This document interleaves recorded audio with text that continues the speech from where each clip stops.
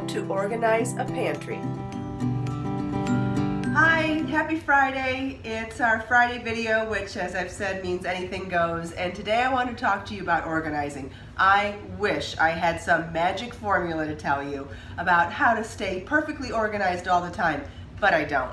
I don't know if it stems from being a super creative person and always making things and always designing things, but my life spins out of control bit by bit. And I don't feel like I have a real rein on my creative juices until things are cleaned up again.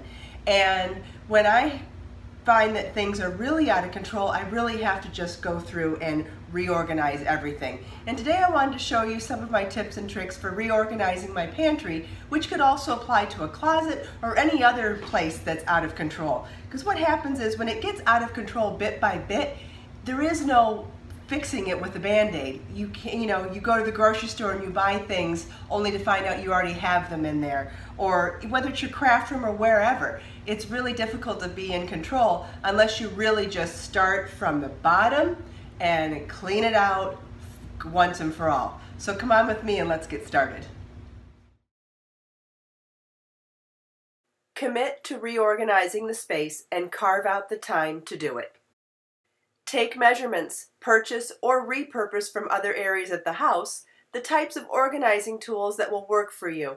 Do you want clear containers that stack? For example, make sure 2 or more can stack within the height of your shelves. Would you prefer containers you cannot see through? If so, how will you label them?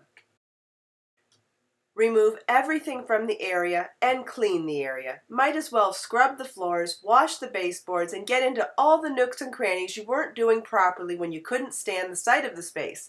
The first thing I did after cleaning was to hang the broom and mop on the empty wall. They always fell down when I had them leaning against the shelves. This step alone lightened my mood. The fun part is coming soon. Decide the priority of what is going back inside the space. Either start with the back, low priority, or the front, high priority, and fill the space with the empty containers to make sure they will fit. Fill the containers. Bring everything back into the space that belongs in the space. Try not to fool yourself. If you don't use it, put it somewhere else. If you can get rid of it, even better. Donate, recycle, reuse, or throw it out.